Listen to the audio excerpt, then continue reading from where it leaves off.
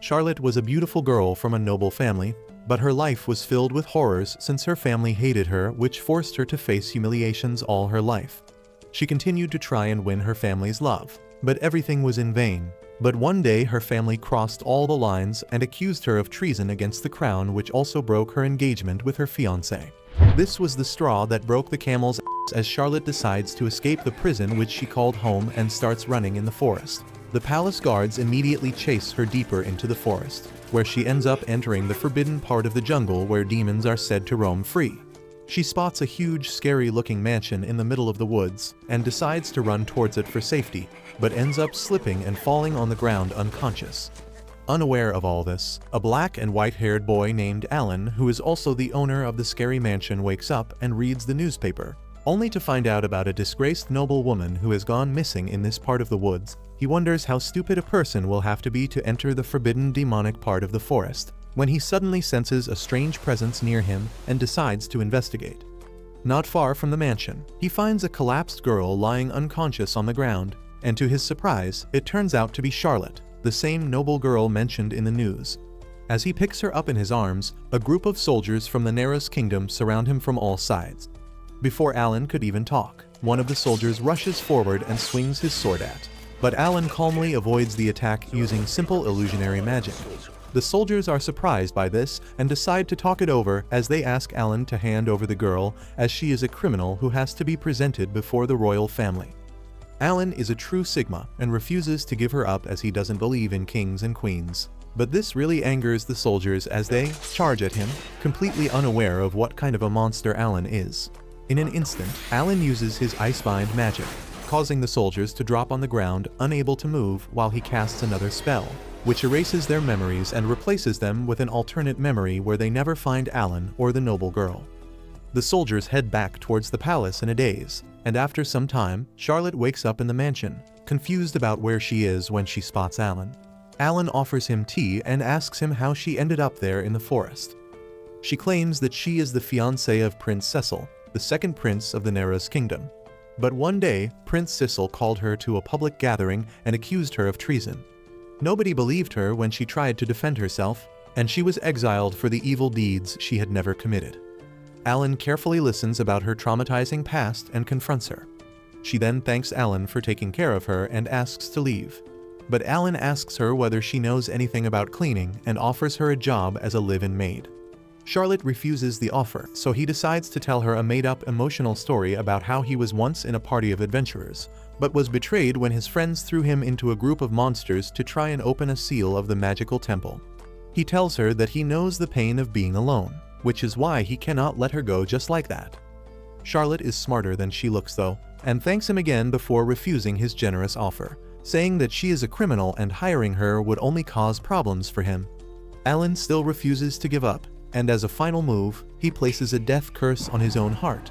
He tells her that he will only lift it if she agrees to stay, leaving her with no choice but to accept just to save his life. After that, they start cleaning, and Charlotte ends up scrubbing the entire mansion until it looks brand new.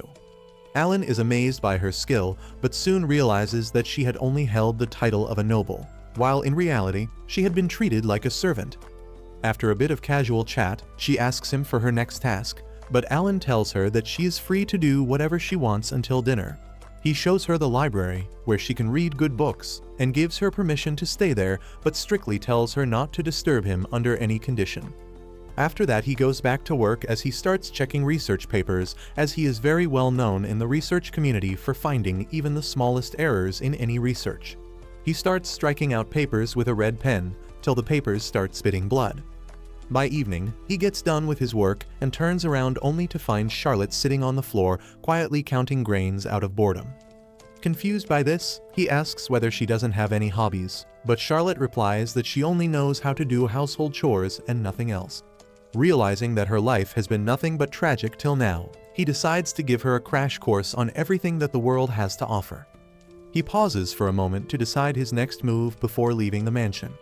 After a while, he returns carrying various items and gifts from the market. He announces that today marks her first lesson in naughtiness, beginning with food. He displays all the junk food and bottles of wine he secured for dinner and explains that he sold his magical equipment to get them. Charlotte refuses to eat, saying that a proper dinner is healthy for the body. But Alan sweet-talks her and, as her employer, orders her to eat the cake. She takes a bite and asks him to join her. Alan replies that he does not like sweets. Charlotte then asks why he bought so many, and Alan tells her that he bought them all for her. Hearing that, Charlotte falls silent. A moment later, tears start dropping from her eyes. She thanks Alan for everything, saying that she is truly happy, as it is the first time she has experienced something like this. Alan gently wipes her tears and tells her that this is just the beginning. From now on, he will teach her all the naughtiness the world has to offer. The next morning, he looks into his notebook of naughty plans which he worked on the whole night, such as summoning fluffy monsters, crafting magical equipment, dumping any foe into living hell, and other useless. But soon he realizes that only a deranged person like him would enjoy these dumb tasks and throws the notebook into the dustbin. Frustrated, he decides to get some sleep, but while moving towards his bedroom, he ends up running into Charlotte, who bids him good morning. Alan, however, tells her that he is heading off to sleep since he pulled an all-nighter, but stops when he notices a broom in her hand. He asks why is she roaming around with a broom since she just cleaned the mansion yesterday, but Charlotte replies that she wants to be useful to him and keep the place clean and tidy. At this point, he realizes that despite being the nobility, she must have been treated like a servant all her life. While he was lost in his thoughts, he suddenly hears a familiar voice from the door and walks over, only to find Charlotte staring at Mia, the girl who delivers mails and packages to Alan in this forest. Mia notices Alan and addresses him as the Demon Lord, which scares the out of Charlotte, who starts shivering. Alan immediately tells her not to worry as he is just an ordinary wizard. But since he doesn't like talking to a lot of people, they think that he is a demon of some sort. Mia notices that Charlotte is new here, and after looking at her, she realizes that Charlotte is the girl from the news who committed treason. Charlotte gets scared, but Mia tells her not to worry as she won't reveal this information to anyone. After that, Mia hands Alan his package while he gives her a different item to sell in the city. Mia claims that his item is in high demand and suggests that he should move to the city to run a business, but Alan refuses, claiming that he likes living peacefully in the forest. After that, Alan asks Mia what else can her company deliver, and like a typical blood-sucking salesman, she pulls out a catalog from her ass and hands it to him. Alan hands over the catalog to Charlotte and tells her to order anything she likes. Charlotte has never experienced this before and is overjoyed as she quickly orders everything that catches her eye. A few days later, Miyacha finally comes back with the parcels and hands it over to Charlotte, before delivering a secret wooden box to Alan. He opens the box and takes a punching bag out of it, which confuses Charlotte, but Alan claims this is the second naughty thing of the day. He gives Charlotte a pair of boxing gloves and tells her to go crazy as this should release all the stress inside her. To make it more cathartic, he puts a photo of Charlotte's fiancé on the punching bag, but Charlotte refuses to do anything like that. Alan decides to give her a pep talk, claiming that she needs to let out her anger, but Charlotte replies that she is not angry to begin with. Instead, she only feels bad for the prince for having somebody of low status as his fiancé. Alan realizes that her feelings run deeper than he thought. He feels frustrated, as he had already planned to attack the Neros kingdom with Charlotte and then live happily together after defeating her enemies. But now all his plans are in vain, as Charlotte has already started blaming herself for things that aren't even her fault. Mia suggests that Alan give Charlotte some space, but sitting around and waiting is not Alan's style. He walks up to Charlotte and asks her to punch him instead of the punching bag. Charlotte turns down this sadistic request, but Alan takes her hand in his control using magic and punches himself so hard that blood starts dripping. Charlotte runs toward him and asks why he did that. Alan explains that to help her release her frustration he had to do so. He reassures her she doesn't need to hide her feelings anymore while she's with him. He fixes his face with magic, but Charlotte gets upset and tells him not to do that again. As she's about to cry, Alan quickly promises he'll never do it again. Then he hands the punching bag back to Mia and apologizes for the trouble. Mia just smiles and says that it might be a hassle now, but soon he'll be needing things like a double bed, baby stuff, rings, and more. The next morning, Alan and Charlotte sit down for a cup of tea. Out of nowhere, the window swings open and a beautiful girl jumps in. Charlotte looks surprised and asks her who she is, but before the girl can answer, Alan jumps in and introduces her as Iruka Crawford, who is his younger sister. Alan tells Charlotte that his parents passed away when he was young, and after that, the Crawford family took him in. Then he turns to Iruka and asks how she even found this mansion. Iruka just laughs and says she followed rumors about a strange demon lord lurking in the area and kept chasing those stories until they led her straight here. Iruka teases Alan about Charlotte as her girlfriend, but Alan tells her Charlotte's whole story. Iruka seriously listens to the whole story and points out Alan as dumb for making a girl do random eating and punching instead of actually doing naughty things. Iruka claims to take care of Charlotte from now onwards to teach her naughty things. Alan refuses to do so and claims himself to be the best-suited teacher to Charlotte. This sparks a controversy between them, and they decide to have a competition for Charlotte's custody. They head towards the market and Alan uses his illusionary magic to change Charlotte's hair color. They disguise her in robes so that nobody can recognize her in the wanted posters. Their first challenge is to pick a suitable dress for Charlotte. Iruka finds a pretty dress and sends Charlotte into the trial room.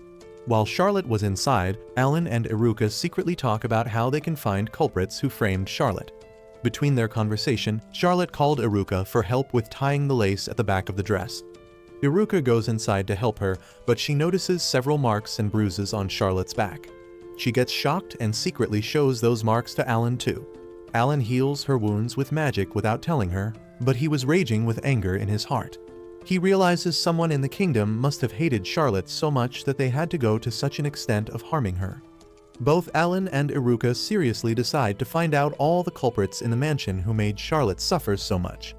After regaining his composure, Alan randomly picks a dress for Charlotte. The whole group goes numb when the dress turns out to be a bikini and Iruka wins the round. Later, in the street, Alan introduces shopping as another naughty thing they can do. He picks a stuffy animal from the shop, but nobody likes it.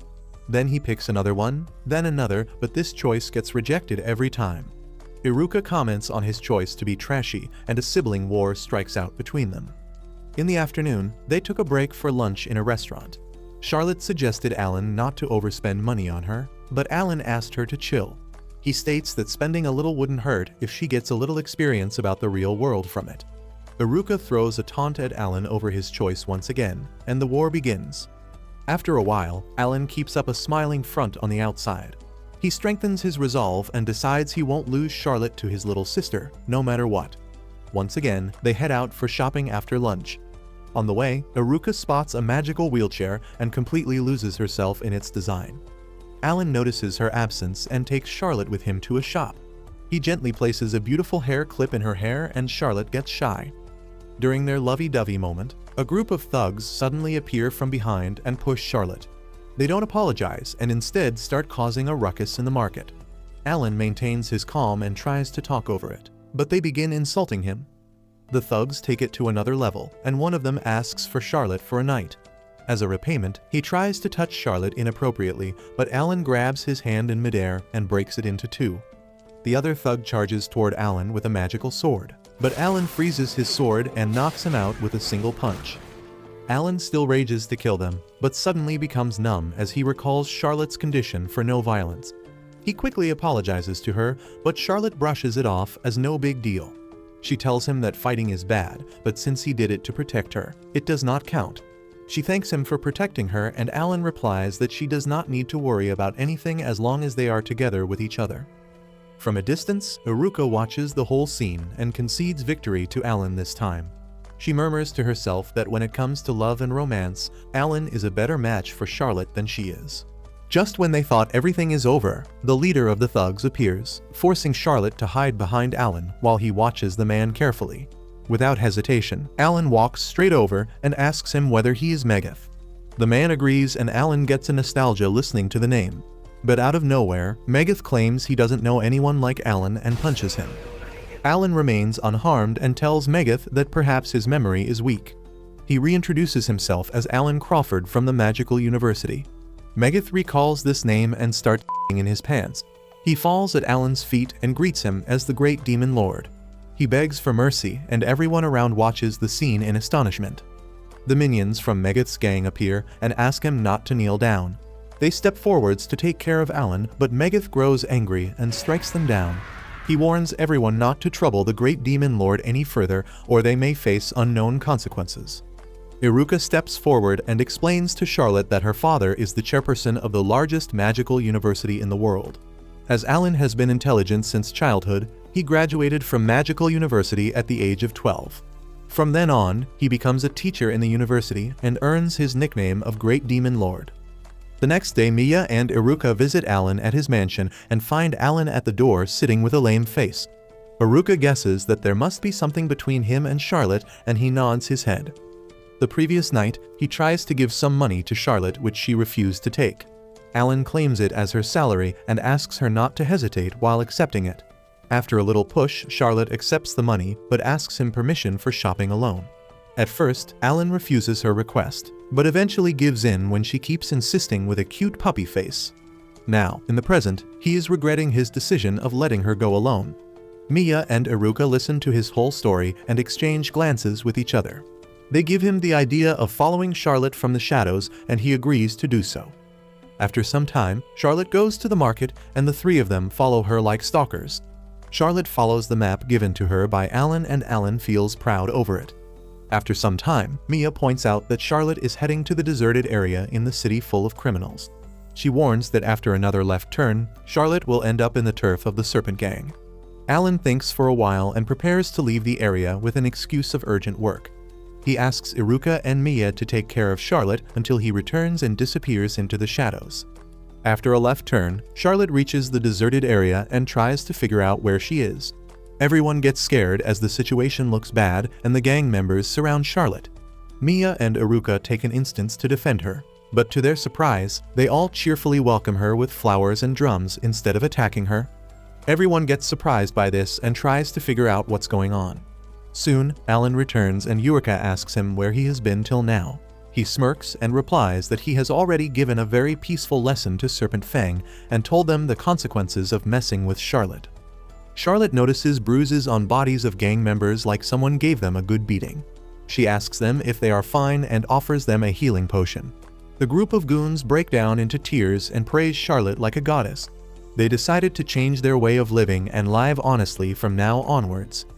Charlotte asks them if they are friends of Alan, and they agree as they were already aware of the consequences of disappointing the Demon Lord. They cross-question Charlotte about her relationship with the Demon Lord, which makes Alan excited from the alley. Charlotte describes Alan as her master and adds that they regularly do naughty things together. Everyone is left in shock, while Alan rushes to clear up the misunderstanding. Iruka mentions that they may get spared here, but there are many other areas further in the city where Charlotte might get lost and encounter gangs. Alan grins over this and declares that it means he has to take control over this area. Then after that, Iruka and Mika trail Charlotte while Alan beats the out of all the gangs from the city. Suddenly, the city becomes peaceful and Charlotte continues her secret shopping.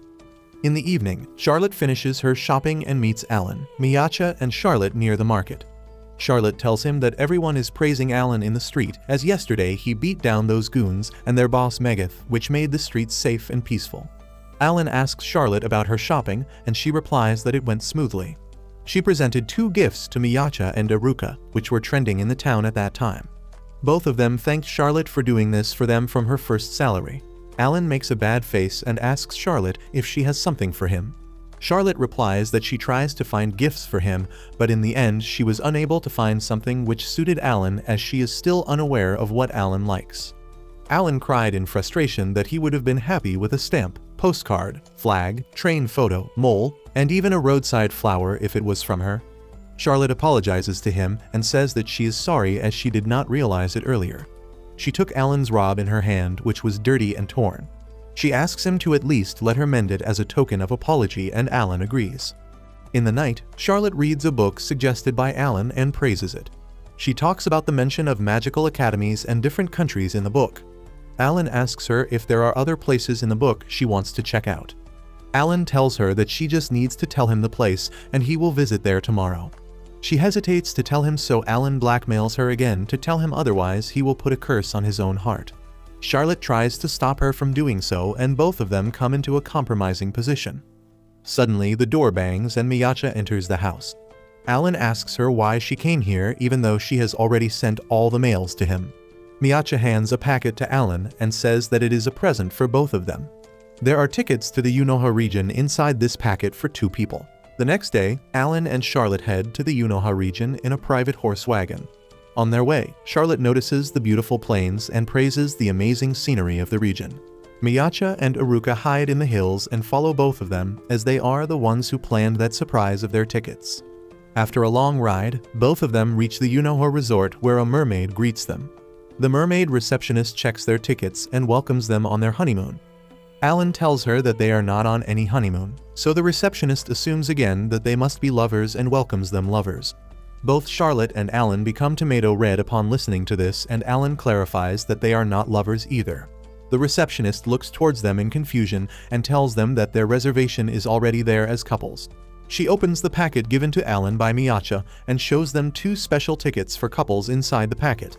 Alan curses Miyachi in his mind while Miyachi and Iruka enjoy this commotion hiding behind the reception desk. As the package was very expensive and already booked, both of them finally decided to use it as a couple for one day. After exploring the resort for a while, the mermaid guides them to the hot spring. The giant entrance of the hot spring leaves both of them in awe. The guide explains the specialty of those hot springs to them and asks if they bought their swimsuits. Alan asks her why they need swimsuits. She explains to them that it is a mixed bath for both men and women and they need swimsuits for that. She further tells them that they have various cute rental swimsuits here and escorts Charlotte to the girls' section. Alan bought a swimsuit for himself and waited for Charlotte outside the waters. He thought about what would happen when he saw Charlotte in a swimsuit. She reaches one of his smartest conclusions and decides that he will stop his own heart if it comes to the worst of the worst. Suddenly Charlotte enters, and after seeing her, he says to himself that now he don't need to stop his heart as it has already stopped. Charlotte asks him if the swimsuit looks good on her, and Alan compliments him with an embarrassed red face. Charlotte praises him and says that he looks good in a swimsuit, and finally Alan regains his composure. Both of them enter the spring and start enjoying services one by one. In the evening, both of them shared a moment alone in a hot spring. They soak in hot springs surrounded by rocks and enjoy the beautiful scenery of sunset. As they were shocking in the hot spring, the maid came with an ice cream. Charlotte asks Alan about it, and Alan explains that he is the one who ordered that ice cream. He tells Charlotte that it is supposed to be a surprise for her, and it is a naughty thing that they can only do in a hot spring. He uses his immortal ice magic over the ice cream so that it does not melt due to the heat of the hot spring. Suddenly others also start ordering ice cream, and it becomes a total chaos there. After a short while, as soon as their ice cream gets delivered, some of the children come to Alan and ask him to use that ice magic on their ice cream too. Alan says that today he is in a good mood, so he accepts their request and uses immortal ice magic on all the cups of ice cream.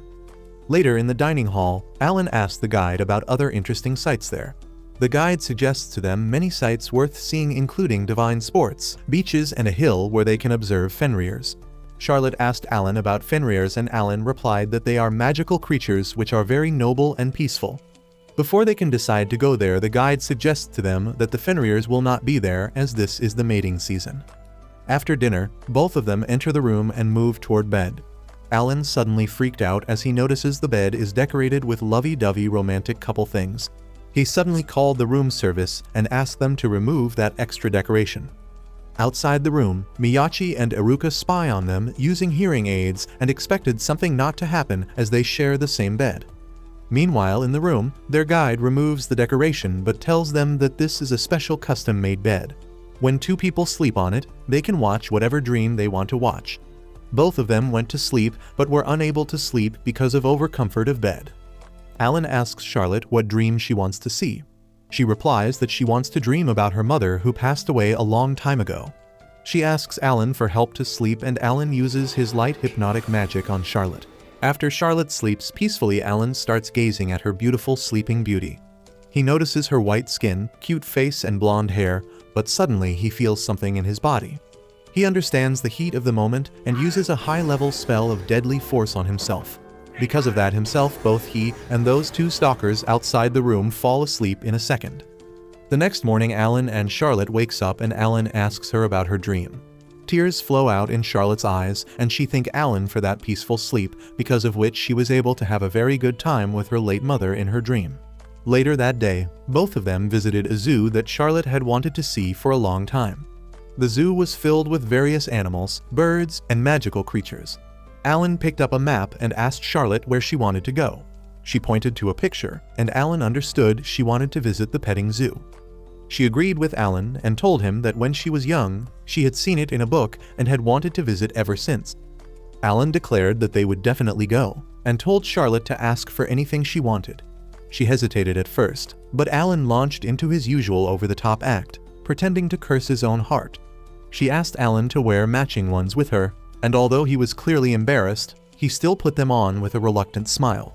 As soon as Charlotte entered the petting zone, all the magical creatures gathered around her and began playing with her. Even those that had been far away started running toward her, eager to be petted. The crowd at the zoo watched in awe, wondering who she was, amazed by how popular she seemed among the magical creatures. After a while, Alan and Charlotte sat on a bench to rest. Charlotte thanked him warmly for giving her such a wonderful experience. Alan's mind drifted back to the moment in the forest when Charlotte had been unconscious, surrounded by magical creatures. That memory sparked a theory that Charlotte might be a natural magical creature tamer, something she herself wasn't even aware of yet. He explained to her that a magical tamer is someone who can communicate with magical creatures. Even at his level, Alan admitted he could only speak with lower-tier magical beasts. Yet Charlotte had done it instinctively, with no training at all, which meant she might actually be an incredibly powerful tamer. He wondered aloud if a trained tamer of her talent could go so far as to tame high-level magical beasts like Fenriers. Just then, a zoo guide came running toward them, asking for help. She led them to the control center, where other magical tamers were already gathered. A moment later, the zoo director entered the room and asked Alan if he was the son of the Crawfords. Recognizing him, the director said he had seen Alan once when he was a guest lecturer at the Magical University. The staff looked visibly relieved to know that someone from the Crawford family was present. Alan asks the director about the problem, and the director leads him into a room. Inside, there's an injured Fenrier cub that had been separated from its parents and shot down by poachers. The director explains that it's the first time they've managed to capture a Fenrier, and because of that, they have no idea how to communicate with it. The creature refuses to let anyone near, making it impossible for the staff to use healing magic. Alan tries to approach the cub, but it growls and lashes out, attempting to break out of the cage to attack him. Before anyone can think of a solution, an assistant rushes in and informs them that the mother of the Fenrier cub is approaching fast. The staff suspects she's a high-ranking Fenrier, one powerful enough to destroy an entire city. They agree that returning the cub in its current state would only fuel the mother's rage. Alan comes up with a plan. He tells them that he will hold off the incoming Fenriers to buy enough time for everyone to evacuate the zoo. But before he can act, Charlotte steps in and begs him to let her try taming the Fenrier cub first. At first, Alan and the others are doubtful even for someone as gifted as Charlotte. Taming a Fenrier is no easy task. But Charlotte keeps insisting, and eventually, Alan gives in and tells her to do her best to convince the cub to accept treatment. Meanwhile, Alan suddenly appears behind Miacha and Iruka, who are relaxing in the swimming area. Both of them jump in surprise, looking around in panic. Alan calmly tells them he already knew they were there, and now their presence might actually be useful. Alan then casts a barrier over Unoha Resort and the zoo. To buy Charlotte more time, he heads straight to the valley where the Fenriers are gathering. He uses his ice bind magic to freeze all the cubs in place. But before he can regroup, a colossal, mountain-sized mother Fenrier attacks and swallows him whole. Inside her mouth, Alan activates his defensive shield and casts a paralyze spell, forcing the mother to spit him out. He tries to communicate, but she continues to strike at him, landing a few hits and leaving him bruised. Realizing words aren't working, Alan prepares to use high-level magic, but before he can activate it, a magical creature named Hell Capybara appears and stops him. Capybara tells Alan that his real mission should be to rescue Lady Charlotte, who he claims is being forced to live by Alan's side. When Alan demands to know how he even knows Charlotte, the capybara begins his story. He explains that he once snuck out of the zoo and wandered across different lands. One day, in the forest, he found Charlotte unconscious and wanted to help her. But before he could act, Alan appeared and took her away. Later, he heard rumors about Charlotte but refused to believe them. From that moment on, he started observing her and eventually decided that removing Alan was the only way to truly protect her. Suddenly, the capybara attacks Alan and accuses him of being lazy. In the middle of the fight, it claims Alan does nothing but idle around with Charlotte and never makes an effort to truly protect her. Alan demands to know what its plan is. The capybara declares that it will unleash its hidden powers, defeat Alan, and destroy the Nera's kingdom. It claims the kingdom is the root of Charlotte's sorrow, and it will reduce it to ashes and flood it with rivers of blood. It casts a powerful spell to melt the ice binding the Fenriers. Alan suddenly finds himself surrounded by both the Fenriers and the capybara. He knows the odds are against him and fears he may not make it out alive. But with no other choice, he stands his ground ready to face them all in a Jon Snow-style one-against-all stance. Just as the Fenriers close in, Charlotte arrives, leading a large army of magical beasts from the zoo. She steps forward, tames the Fenrir cub, and heals it. The cub returns to its mother, and the two begin to communicate. Alan watches in awe. In such a short time, Charlotte managed to tame a high-level magical beast and understand it. He asks if she knows what they're saying. Charlotte nods and explains that the mother Fenrir had mistaken Alan for a poacher, and that the false impression came from the capybara's lie. Everyone realizes the capybara had framed Alan from the start. The capybara, still unrelenting, demands that Charlotte leave Alan immediately and come with him. It claims Alan will only bring her misfortune and lead her down a dark path. But Charlotte refuses. She says Alan is the reason she can finally live in peace. Enraged, the capybara lunges at her. Alan jumps in, and the two clash in a one-on-one fight. The capybara unleashes a wave of fierce flame magic, but Alan counters with a dark magic punch that sends it flying. The creature crashes to the ground and finally admits defeat. Looking up at Alan, it says it now understands the strength of his resolve and adds that the cat ears still sitting on his head are proof of it. Alan instinctively reaches for his head, feels the ears, and turns red with embarrassment.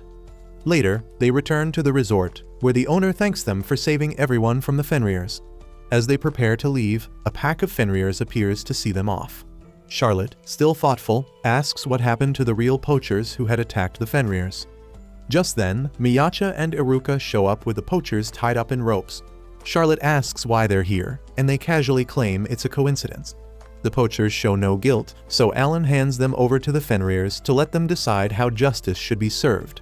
The Fenrir cub that Charlotte tamed seems eager to go with her, so she turns to Alan and asks for permission.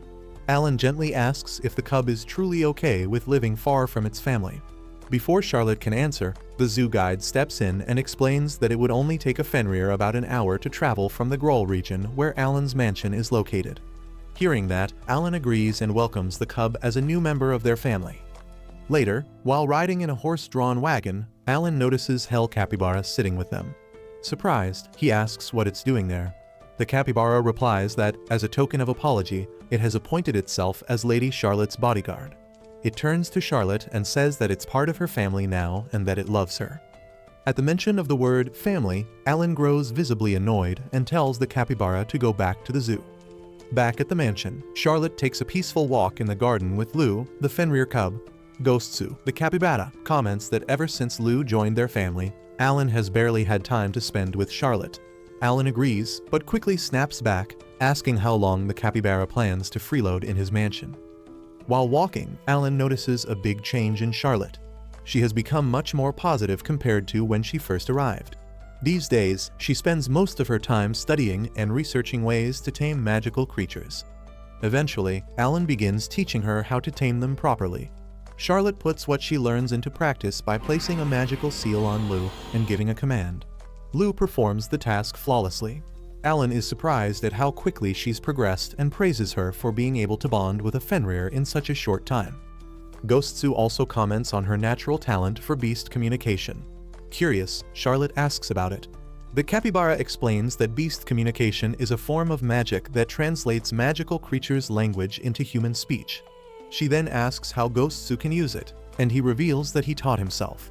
He also shares that his name is Ghostsu, and that he's lived long enough to learn human language as well. Encouraged, Charlotte asks Alan if she can try using beast communication on the Fenriers. She casts the spell on Lou, but it seems to vanish mid-air. Alan reassures her that it's okay. Beast communication is a high-level spell, and it takes time to master. But just then, Lou speaks clearly in human language and calls Charlotte Mommy. Stunned and overjoyed, Charlotte starts playing with Lou in the garden. Watching them, Ghostsu smiles and says Charlotte truly is something special when it comes to taming magical creatures. In the afternoon, Alan creates a special bathing area for Lou as a gift for being able to speak. Alan asks Lou to enter the bathtub and enjoy himself. But before Lou can step in, Ghostsu barges into the scene like the freeloader he always is. Alan asks what he is doing there, and Ghostsu replies like a complete idiot, saying that he is part of the family too. Alan tells him the bath is only for humans and Fenriers, but Ghostsu protests and accuses him of discrimination against capybaras. He warns that if he is not allowed in, then he has no choice. Out of nowhere, he activates some weird technique called the Hell Forest Rat-style secret technique of shimmering water. Light bursts out of him like he is about to ascend into heaven or something. When the light fades, Ghostsu has transformed into a beautiful girl. Now, in his female form, he casually joins the bath like nothing ever happened, and somehow, everyone starts having fun together. Later on, Charlotte and Alan sit on a bench and talk about the mansion and the garden. Alan says the previous owner never really used the garden and left it completely untouched. Charlotte asks about the former resident, and Alan explains that an elf used to live here 30 years ago. She was a loner and avoided the town, but one day, she just vanished. There are still rumors floating around. Some say she fell off a cliff during a failed experiment. Others claim she was eaten by a monster. And then there are those who believe her body was taken over by mushrooms after committing some kind of magical taboo. Alan admits that thanks to those creepy rumors, he was able to buy the mansion at a dirt cheap price. Suddenly, Charlotte freaks out when she sees mushrooms floating in the bathtub. They both rush over and find mushrooms coming out of the water source underground. Before they can make sense of the situation, a girl suddenly pops out of the ground and yells at them for stealing her precious mushrooms. Alan asks who she is, and she introduces herself as Dorothea Grimm Wallenstein. They follow her to the basement and discover that she has been living there this entire time. She asks Alan who he is, and he explains that they live in the mansion upstairs. Dorothea looks at them in disbelief and says that the mansion upstairs belongs to her. After a moment of shock, Alan realizes she is the elf who disappeared 30 years ago. The elf is just as stunned, realizing that 3 entire decades have passed. Ghostsu suspects that she is a dark elf, and Alan agrees. He explains to Charlotte that dark elves are a rare and elite type of elf. A dark elf can survive just by absorbing magical energy from the air and can go for at least 100 years without eating or drinking. Alan starts to worry. If the previous owner is still alive, then he might be stuck in a legal nightmare over property rights. Trying to keep things peaceful, he asks Dorothea if she would be willing to sell the mansion to him. Dorothea agrees, but on one condition. Alan asks her what the condition is, but she tells him to listen to her story first. She explains that she used to be a writer who worked across different genres. She was popular in the industry and even considered herself a genius. But one day, she tried to write a romance novel and ended up in the worst writer's block of her life. The deadline came closer, but she could not write a single sentence. Since then, she has been hiding from her deadline, living in the basement for the past 30 years. Now, she says her slump might finally be over. She claims that she has found the perfect candidates for her new story. She explains her condition. For the sake of her new novel, she needs both Alan and Charlotte to act lovey-dovey right here and now. After some time, they begin their skit under Dorothea's supervision. During the performance, there comes a scene where Charlotte jumps from the railing. Alan catches her in his arms, and the two lock eyes in a romantic gaze. But Dorothea instantly cuts the scene, annoyed that Alan is using magic to levitate Charlotte instead of holding her physically. She yells at Alan, saying they cannot even flirt properly on their own, so she has prepared a script for them. But even with the script, both of them fail to follow it correctly. She calls it a win-win situation. If they perform the scene properly, Alan gets the mansion, and she gets a story for her novel. Alan says he has to decline the idea, claiming Charlotte must hate it too. It is impossible to flirt with someone who doesn't like you. But Charlotte surprises him by saying that if it is with Alan-san, then she doesn't mind flirting. Alan loses his calm after hearing that and bangs his head against the wall to cool off. After regaining his composure, he finally agrees to follow the script, but he adds one condition. He will reject anything that goes against public order or morality. Dorothea gives them a fresh script, and they start acting as newlyweds. In the first scene, Alan returns home from work and opens the door. Charlotte, playing his wife, greets him warmly and asks if he would like a bath, dinner, or a piece of her. The moment Alan hears those seductive words, his nose starts bleeding and his soul seems to drift out of his body. Dorothea cuts the scene right away and scolds Alan for passing out so easily. They continue the skit. In the next scene, Charlotte serves dinner to Alan. Following the script, she feeds him with her hands and calls him Al Al. Alan gets excited hearing the nickname, and food shoots out of his mouth. Dorothea cuts the scene again. Alan asks what the hell Al Al is supposed to be.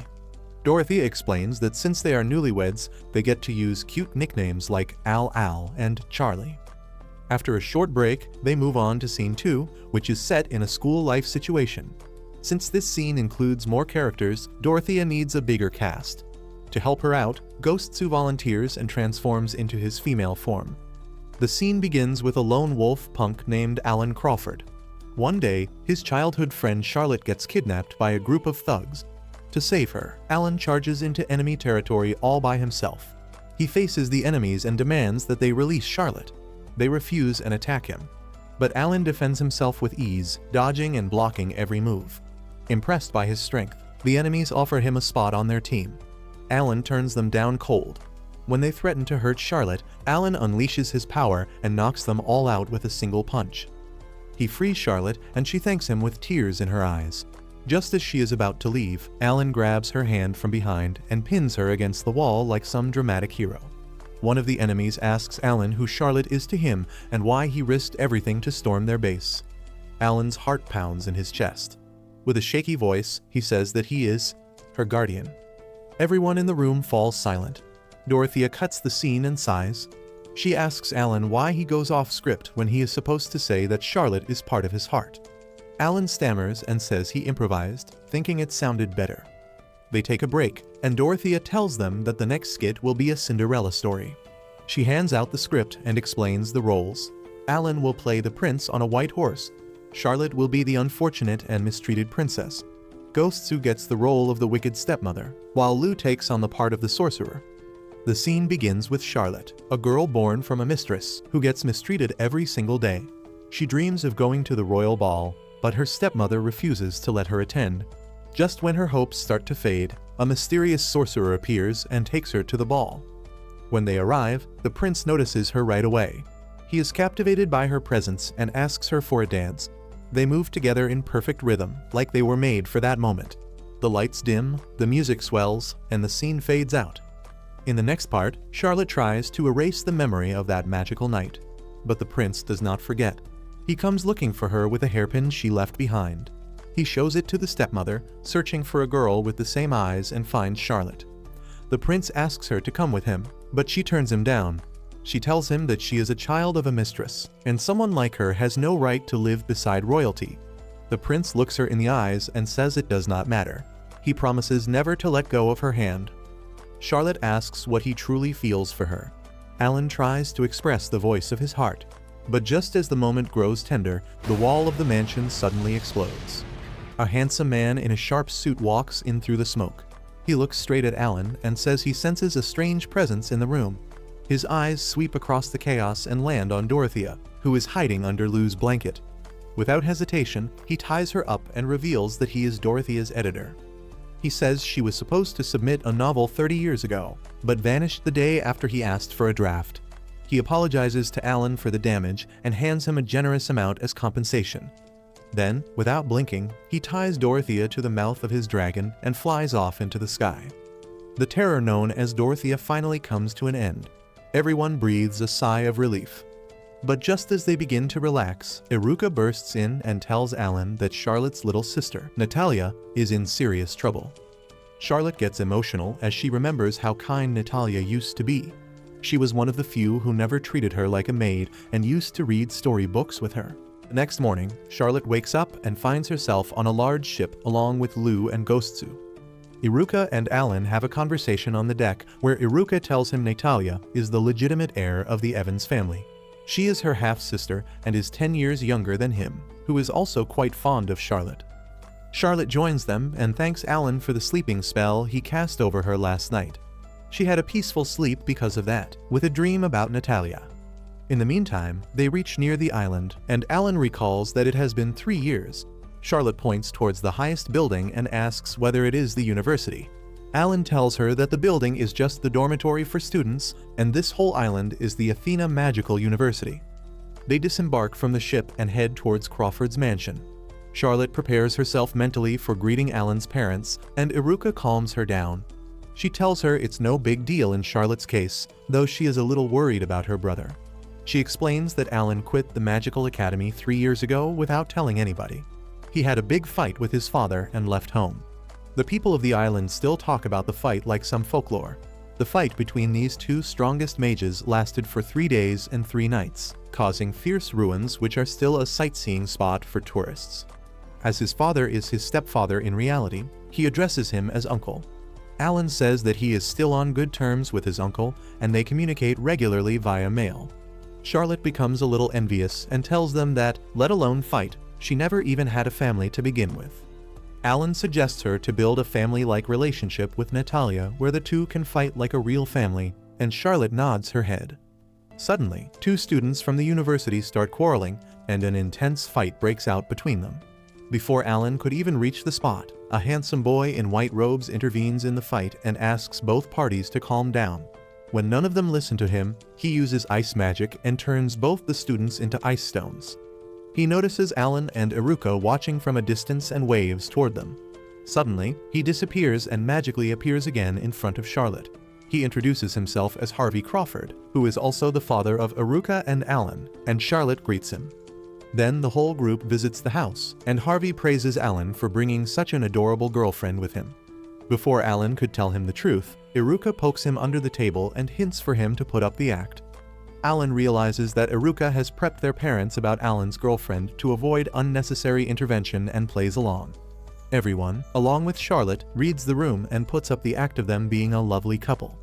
Charlotte formally introduces herself again as being in a relationship with Alan, who teaches her naughty things. Lou begins to get jealous of Alan and tries to tell the truth, but Ghostsu knocks him down. Harvey tells Charlotte to think of him as her father and to rely on him whenever she needs help. Harvey tells both of them to marry each other and get settled down. Once they settle down, he will leave the Magical Academy in the hands of Alan and retire peacefully. Alan refuses the offer bluntly and tells him that he would keep his current residence as his forever home. Ghostsu asks him why he rejected such a prestigious offer of being headmaster of the largest university in the world, and Alan replies that it would be baggage he does not want to be tied down by.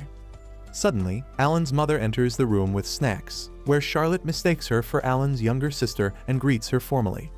Alan tries to clear the misconception and describes her as his aunt, but a fork comes flying and passes from a hair's distance from his neck. She gives a death glare to Alan and asks him whether he has forgotten how to address her in 3 years. This terrifies the life out of Alan, and he begins calling her mother instead of aunt. She introduces herself as Lyslot Crawford, who is the mother of Alan. Alan tells everyone that his uncle wants him to take over the university so that he can be with Liz all the time. Harvey accepts it and tells him that he loves Alan so much that he wants to give him a new little brother or sister. Alan gets embarrassed and tells him to stop, as it is too graphic for him.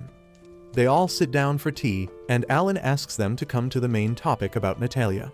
Harvey informs them that Natalyia is currently studying in an abroad branch of Athena University.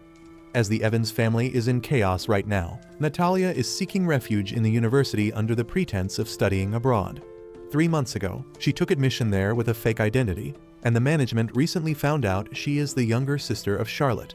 Harvey further continues that factional rivalries are increasing day by day in the university, and Charlotte starts to worry about Natalyia.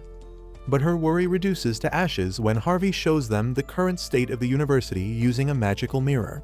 They find out that Natalyia is now the leader who reigns over top of the factions in the university. She used to be sweet and caring previously, but due to some hidden circumstances, she turned into a completely different person. Although she is still a kind-hearted person who takes care of her underlings, she has gone too far that they have to intervene before she completely becomes a tyrant. Harvey asks Alan to persuade Natalyia to hold back a little and attend class more seriously. Alan agrees and asks to leave those troublemakers to him. They decide to give a visit to Natalyia the next day and have a little talk with her. The discussion ends and Liz asks all of them to rest peacefully in their rooms. Alan tries to leave the home with an excuse, but Liz suggested him to stay here because of Charlotte's safety, and he finally agrees after some ifs and buts. She shows the room to them, and Alan gets flustered when he sees a single bed in the room. Alan's mother threatens him if he is lying to her about being a couple and to save his neck, He ends up on the same bed with Charlotte. Alan tries to put his deadly down spell, but it won't work. He tried it again, and it failed this time also. He realizes that the bed is made up of materials with magic disabling properties, and the only person that could have done so is none other than Iruka. Alan's and Charlotte's heart started pondering, and they started thinking about their relationship with each other. After a bit of non-conclusional overthinking, both of them say goodnight to each other and go to sleep. Iruka gets a heartbreak as she don't get any entertainment which she was expecting while spying on them. She gets a bit overboard and starts creating a ruckus, but gets immediately humbled down when a fork comes flying straight to her from Liss. The next morning, both of them woke up with dizzy eyes.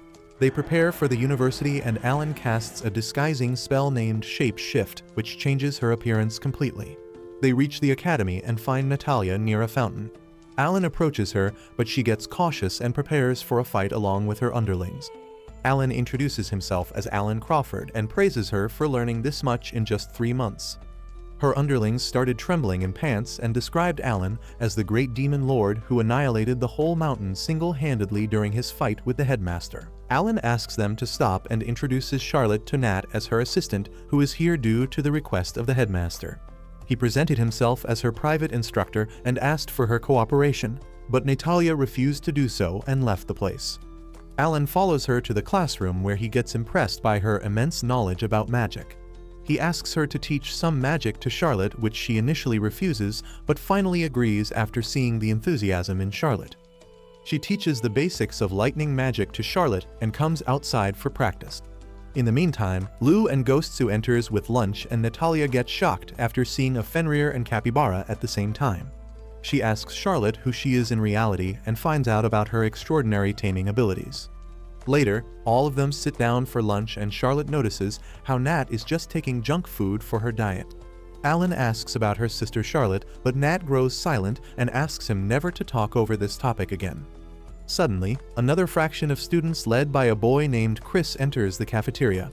He tries to provoke Natalyia, but she calms her down by telling him to take an appointment first to even have a conversation, let alone having a duel. As they were leaving the cafeteria, a subordinate of Chris ran into Charlotte and she fell on the ground. Charlotte apologized to them, but they started humiliating her. Nat rushes for her support and beats up 2 of his men. Chris and his men gang up on her and Natalyia also prepares to fight them. But Alan intervenes them from behind and asks Natalyia to step back. Natalyia questions Alan for not even standing up for her assistant and forgiving them. Alan replies that who has forgiven them and activates a subspace barrier magic. He asks Natalyia to observe him carefully if she wants to actually learn how to fight. The group of boys attack Alan and he knocks them down in an instant. Then he binds them using his magical spells and activates his highest level destructive spell to make them repent on how they have behaved with Charlotte. As he prepares his magic ball to hit them, Charlotte attacks him with her lightning magic and dismantles his magic along with the subspace barrier. She tells Alan that it's not such a big deal that they have to punish them to such an extent and scold him. Later, in the garden, Natalyia has a conversation with Alan where they commend Charlotte for successfully learning lightning magic in such a small time frame. They discuss their future plans where Nat expresses her desire of getting stronger and Alan motivates him to do so and asks her to take over this university with her powers. The next day, Iruka joins them and finally meets Natalyia. Natalyia says Iruka must be an established sorcerer herself, but Iruka humbly replies that she has not accomplished anything like her elder brother yet. Natalyia asks what they are doing there, and Alan explains his whole plan about letting Natalyia take over the university. He outlines that Natalyia has to outperform everyone across different areas, whether in the classroom, magical experiments, or contests, to prove herself a worthy leader. After that, they will challenge Natalya's only remaining rival, Chris, in a dungeon trial. In the dungeon, they must retrieve a flag from its deepest point, and the first one to exit with it will be the winner. Alan shows Natalyia a secret path, and she successfully clears the dungeon in just 30 minutes. This defeat humiliates Chris deeply, and he leaves with a vow to make her pay for it. Later, Natalyia points toward a restricted dungeon and asks why it is off limits. Iruka explains that the dungeon boss is extremely agitated because it is her laying season. Alan assigns Ghostsu as the trainer for Natalya's underlings, believing they also need to be strong to support her in the future. They undergo rigorous training under his supervision, and Natalyia thanks Alan for doing it for her. Ghostsu and the trainees leave for training, and the rest of the group heads to the cafeteria for dinner. In the cafeteria, Charlotte forcefully feeds green vegetables to Natalyia and advises her to eat healthy instead of junk food. Alan notices how happy Charlotte seems now, acting like a real sister to Natalyia. Natalyia also enjoys Charlotte's company and asks if she would like to learn more spells, such as lightning magic. Charlotte happily agrees, and they decide to begin training early the next morning before class. Suddenly, Natalyia's underlings come running and beg to be taught as well. Before anyone can respond, Gosu says it is a million years too early for those small fry to join them and drags them back for more training. Later that night, Alan carries a half-asleep Natalyia into her room, which is filled with study notes and books. He places her on the bed and praises her dedication to studying. While looking around, he notices a bag sealed with magic and becomes curious. One of Natalyia's friends explains that it is something very precious to her and that she does not allow anyone else to see it. Chris happens to pass by and overhears the conversation. Everyone else returns to their rooms, but Charlotte and Alan stay in Natalyia's room. Alan asks Charlotte if she wants to reveal her identity to Natalyia, but she decides against it. She is unsure how Natalyia would react to a sister accused of treason and begins recalling sweet memories they once shared. Alan advises her not to overthink it. He says that time is the greatest healer and that eventually everything will fall into place. Until then, they will take care of Natalyia from a distance. The next morning, Charlotte wakes up early and leaves for magic training with Natalyia. Natalyia teaches her various spells, and Charlotte masters each one perfectly. After the session, they take a break, and Charlotte thanks her for teaching her. Natalyia becomes a little emotional and starts recalling some old memories. She invites Charlotte to her room, saying she wants to show her something. Once they reach the room, Natalyia searches for her bag, but cannot find it. Instead, she finds a letter from Chris on the table, challenging her to a duel in the restricted dungeon. He demands that she come alone if she wants her bag back. Natalyia immediately rushes toward the dungeon. Some time later, when Charlotte does not return, Alan begins looking for her and runs into members of Chris's group. As he is about to leave, they tell him the entire situation. Chris has summoned Natalyia to the Forbidden Dungeon, and they ask Alan for help. Realizing the seriousness of the matter, Alan hurries to the dungeon. Inside the dungeon, Natalyia and Chris face off with each other where Chris explains the rules of the duel. He casts a protective spell on the bag and throws it deep into the dungeon. He gives one condition: the first to retrieve the bag from the bottom and return will be the winner. The contest begins, and both of them rush down into the dungeon. After a tense race, Natalyia manages to take the bag and demands Chris to accept his defeat. Before they can conclude their argument, a monstrous chimera appears in front of them. Both of them run and hide beneath a rock. Just when they think they are safe, the chimera appears above them and tries to devour them. Chris tells Natalyia to stay back, taking responsibility for dragging her into this situation. He attacks the chimera with a spell, which momentarily forces it to back off. However, instead of fleeing, the beast becomes more furious and begins attacking more fiercely. It fires a magical beam at Natalyia, which injures her severely. She falls to the ground and the chimera approaches her. Just as it is about to strike her down, Charlotte appears and attacks it with lightning magic. The blast hits the chimera directly, forcing it to retreat. Charlotte takes both Chris and Nat under the shelter and ties a handkerchief over her wounds to stop the bleeding. Nat asks her why she is here, as it is dangerous. Charlotte tells her she was very much worried about her, as no matter how strong she is still a small child. Natalyia shows her bag to him and says it is something very precious to her, something that holds a part of her past she cannot let go of. She asks if Charlotte knows about the incident with the Evans family, and Charlotte nods as she says her sister committed a terrible crime, but Natalyia shakes her head and refuses to believe it, calling it nothing more than a false accusation because her sister would never even hurt a bug, let alone do something so awful. She believes the prince must have set something up, some kind of trap that forced her sister into that situation, and even after that, the Evans family turned their backs on her and left her no choice but to run away in order to stay alive. Charlotte asks if she hates her sister for what happened, but Natalyia tells her not to say such dumb things, because the only person she truly hates is herself.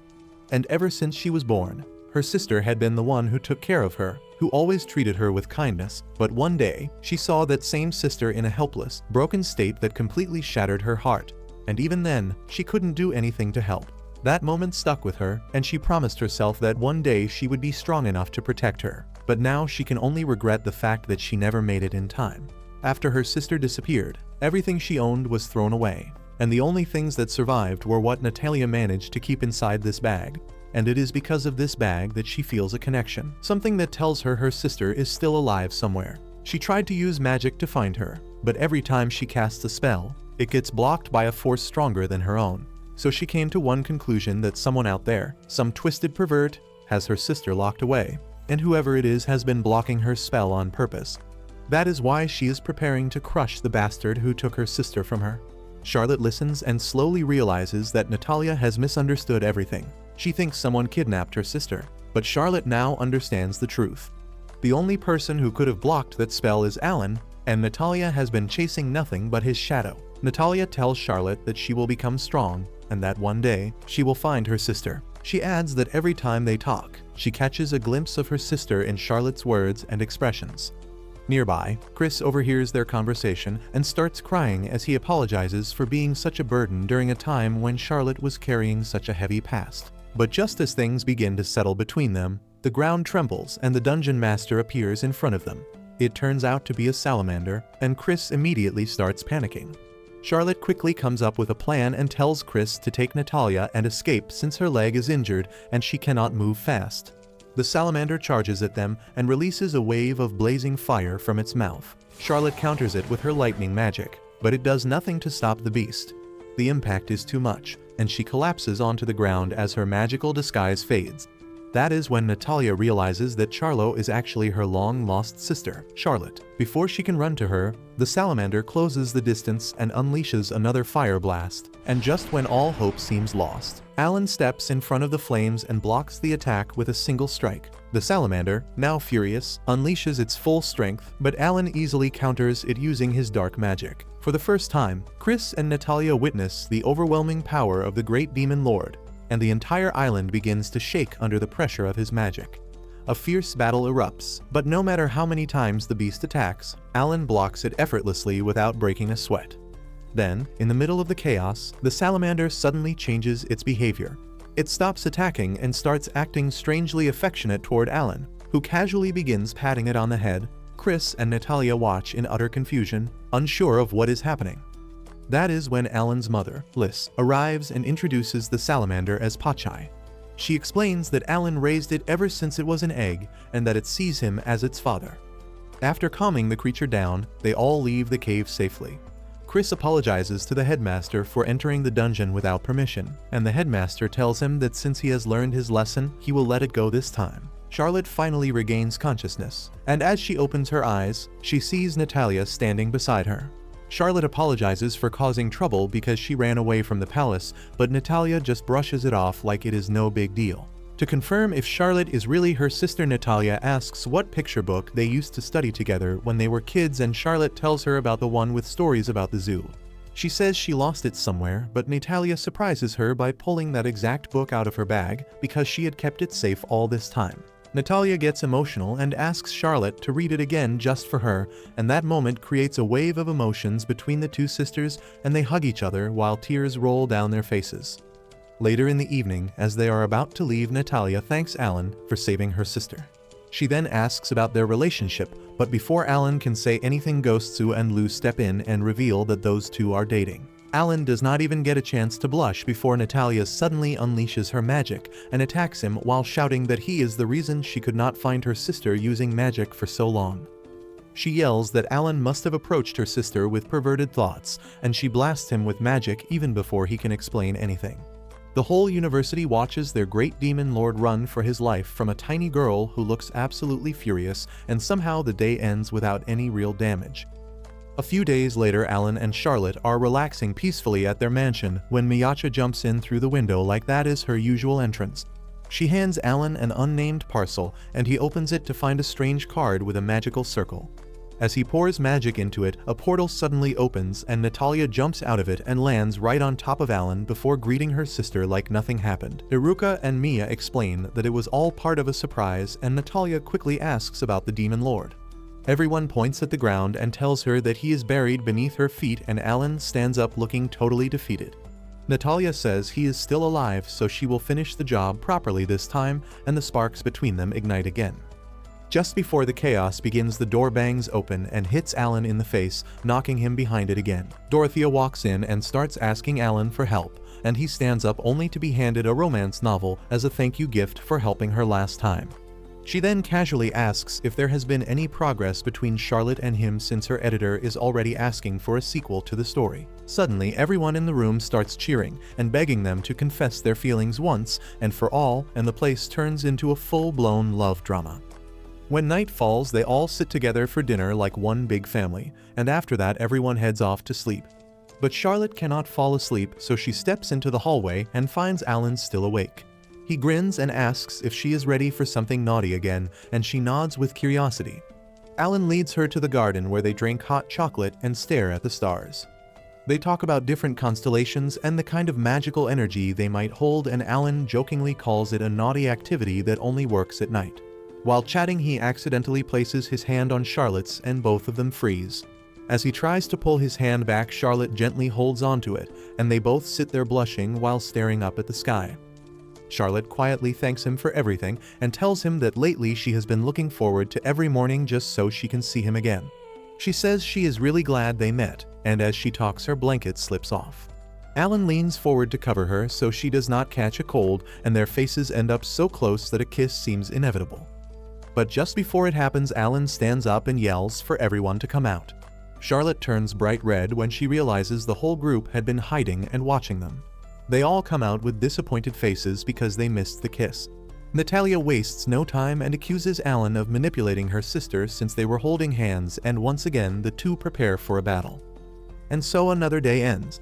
But this one feels special because Charlotte finally lets go of her sadness and learns how to enjoy life again. She finds real friends and a loving sister and people who care for her, along with someone who always stays by her side.